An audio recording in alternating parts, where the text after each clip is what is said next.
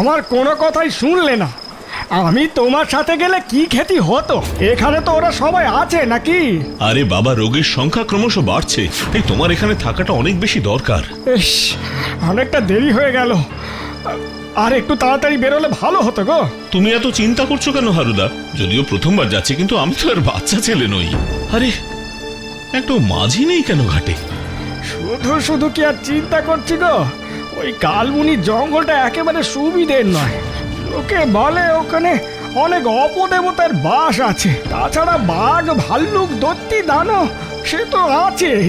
ওরে বাবা, তোমার ওই দত্তিদানার গল্প রাখো তো হারুদা। ওই দেখো মাঝি ভাই আসছে। হ্যাঁ, হ্যাঁ, তুমি যাও তবে।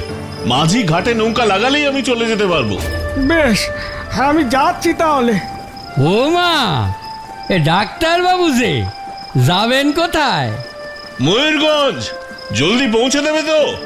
অবশ্যই অবশ্যই, আপনি উঠে আসেন।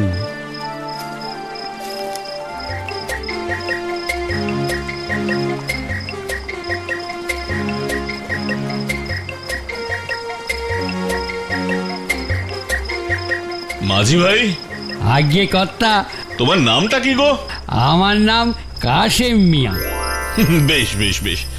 হ্যাঁ কর্তা। তুমি ঠিক দিকে যাচ্ছ তো? 80 বছর ধরে এই নদীতে নৌকা চালাচ্ছি, ভুল হতেই পারে না। বলো কি মিয়া? তবে তোমার বয়স কত গো? বয়স তো আর কম হলো না, তা 5-20 ওপর হলো। 5-20 মানে 100 বছর? হ্যাঁ গো ডাক্তার বাবু, তখন কি এই জায়গা এমন ছিল? ইংরেজ বড় লাট। এসব কি বলছে মাঝি? ওর বয়স 100 বছর, মাথাটা ঠিক আছে তো?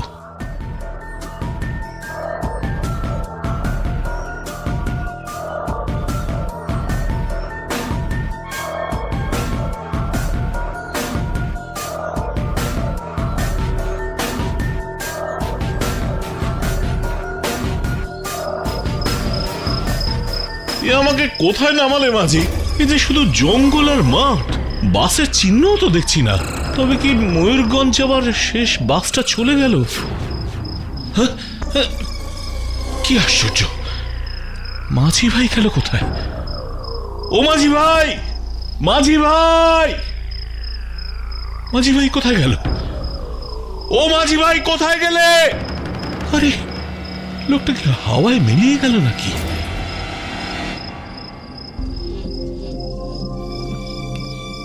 এই নির্জন জনমানবহীন জায়গায় বাসের জন্য না দাঁড়িয়ে বরং আমি হাঁটতে থাকি। রাস্তাটা মনে হয়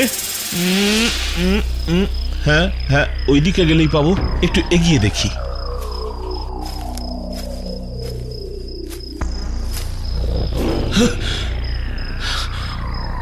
বাঘের গর্জন। এই জঙ্গল দিয়ে হাঁটা ছাড়া তো অন্য কোনো উপায়ও দেখছি না। হারুদা ঠিকই বলেছিল।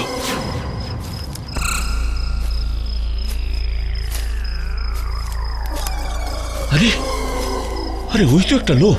দাদা, ও দাদা, দাদা একটু শুনবেন? শুনতে পাচ্ছেন?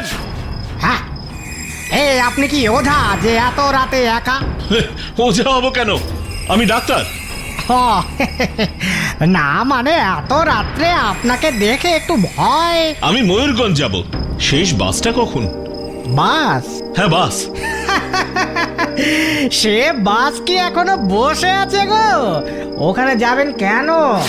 সেখানে ওলা ওঠায় নাকি সবার অবস্থা খারাপ, তাই রোগী দেখতে যাচ্ছি।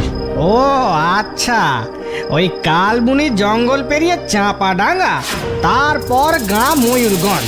আচ্ছা চলি দাদা, অনেক ধন্যবাদ। কিন্তু এত রাতে একা যাবেন? ওই জঙ্গলে তো সাপ, বাঘ, হাতি সবই আছে। আপনি বরং আমার সাথেই চলুন।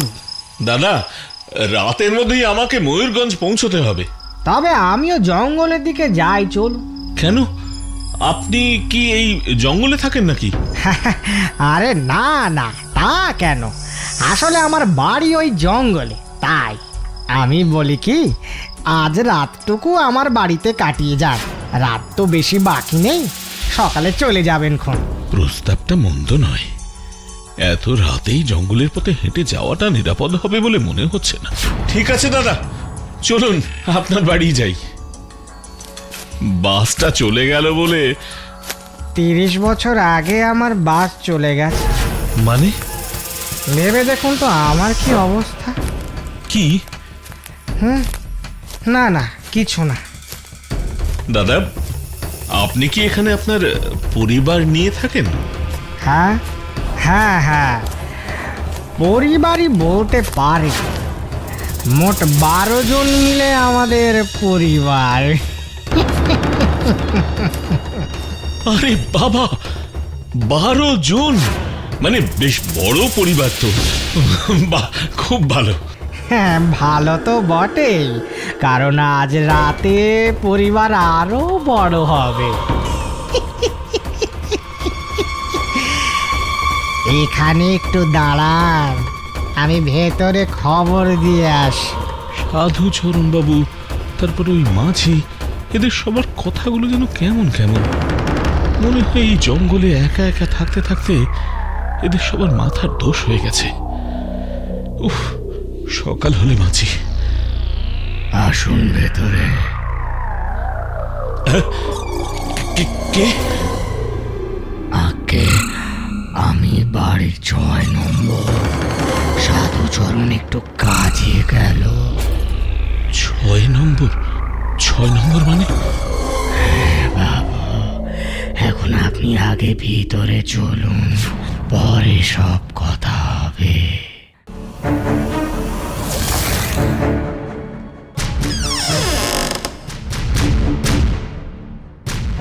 আমি আসি, আপনি একটু বিশ্রাম করুন।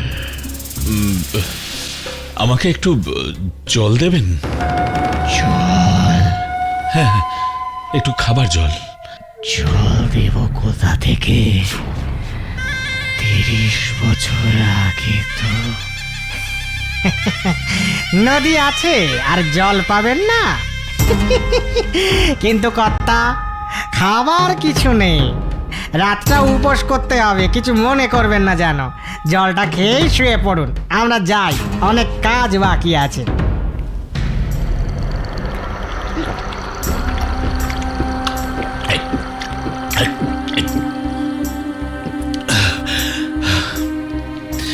সেটাই ভালো হবে। কিন্তু সাধুচরণ বাবু, কি কোথায় চলে গেল?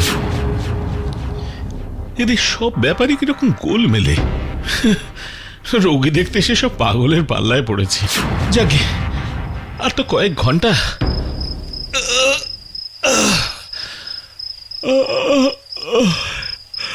একটু ঘুমিয়ে নি। সকালের ফার্স্ট বাসটা ধরতেই হবে। ময়ূরগঞ্জের অবস্থা কি হয়েছে কে জানে। কাল খুব ভোরে বেরিয়ে পড়তে হবে।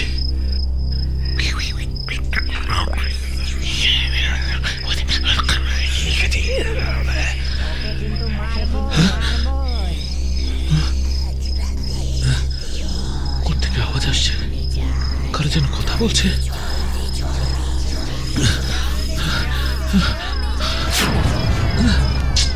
ভালো করে তো শুনতেও পাচ্ছি না। ওকে কিন্তু মারবই। আজ রাতেই চল, এখনই যাই। জলদি চল, জলদি চল, জলদি চল, জলদি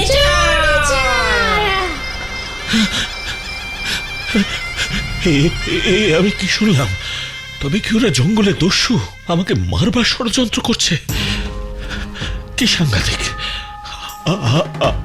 আমি এখন কি করি? পালাতে গিয়ে যদি ধরা পড়ে যাই?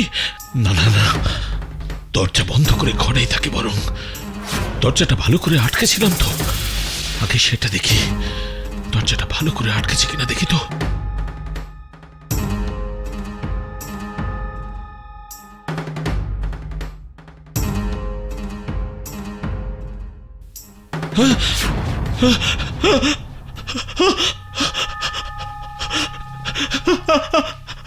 কি আশ্চর্য!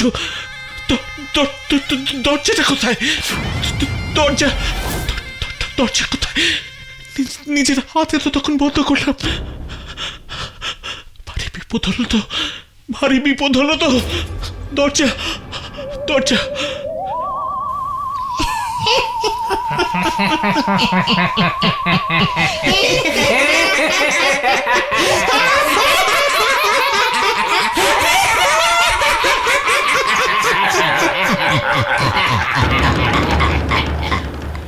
কে কে কে কে কে কে কে কে তোমরা? বন্ধ দরজা দিয়ে কিভাবে ঘরে ঢুকলে? দরজা দরজা নেই, তোমরা কি করে ঢুকলে? অশরীরীদের ঘরের ভেতরে ঢুকতে আবার দরজা লাগে নাকি ডাক্তার বাবু?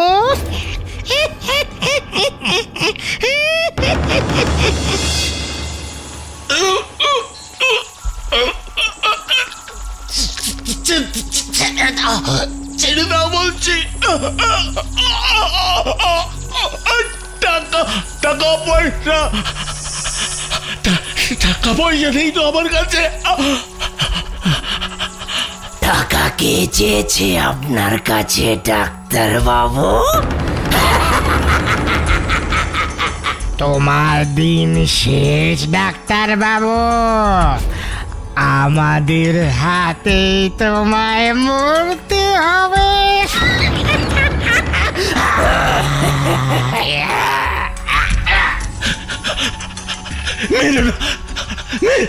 মেরে না আমায়, ছেড়ে দাও।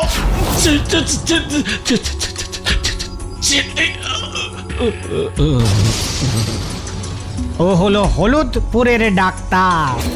ময়ূরগঞ্জে অলাওঢায় লোক মরছে খবর পেয়ে সেখানে যাচ্ছিল।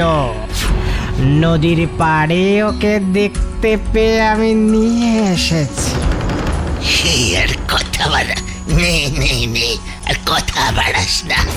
আজকে দিনটা ভালো, ওকে তৈরি করুক। রাত্রের 3 প্রহরে এসে ওটাকে মারবো। এই তুই ওকে তৈরি কর, বুঝলি? দয়া করে ছেড়ে দাও আমায়, দয়া করে ছেড়ে দাও আমায়। আপনি ডাক্তার? হলুদপুরের ডাক্তার, কিন্তু আপনি কে? আমিও ওদের একজন। ময়ূরগঞ্জে আমি না গেলে ওরা মরে যাবে। সবই জানি।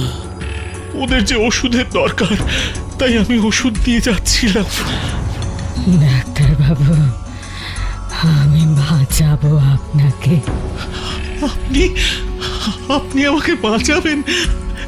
সত্যি বলছেন? সত্যি? ডাক্তার বাবু, 30 বছর আগে ওলাওঠায় আমি আমার 2 মেয়েকে হারিয়েছি। পুরো গ্রামে ওলাওঠায় শেষ হয়ে গেছিল। ওষুধের অভাবে আমরা মারা যাই। আজ পর্যন্ত আমাদের মুক্তি হয়নি। ওদের কষ্টটা তাই বুঝতে পারছি। কি বলছেন? তার মানে আপনারা সবাই? হ্যাঁ ডাক্তার বাবু, আমরা কালবনি জঙ্গলের প্রেতাত্মা। প্রেতাত্মা? প্রেতাত্মা? আমরা অতৃপ্ত প্রেতাত্মা। গ্রামে তখন পোড়ানোর মতো একটা লোকও ছিল না। কিন্তু আপনি আর দেরি করবেন না ডাক্তার বাবু, ওরা আসার আগে চলে যান। ময়ূরগঞ্জের মানুষদের বাঁচান। হ্যাঁ বাঁচাবো, কিন্তু আমি এখান থেকে কিভাবে যাব? আপনি বলুন, আমি কিভাবে যাব এখান থেকে? আমি আপনার যাওয়ার ব্যবস্থা করছি, আপনি নিশ্চিন্তে থাকুন।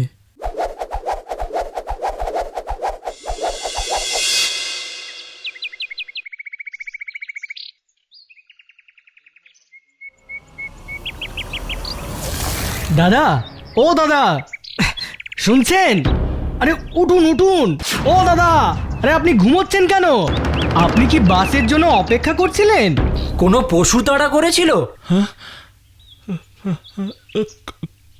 কোথায় আমি? আমি এখন কোথায়? এ তো নদীর পাড়। রাত থেকে কি এখানেই ছিলেন? সাধুচরণ তো আমাকে কাল রাতে নিয়ে গেল জঙ্গলের ওই পোড়ো বাড়িতে। সাধুচরণ আবার কে? কোন পোড়ো বাড়ির কথা বলছেন? জঙ্গলের পোড়ো বাড়ি তো সরকার ভেঙে দিয়েছে। কিন্তু কিন্তু আমি যে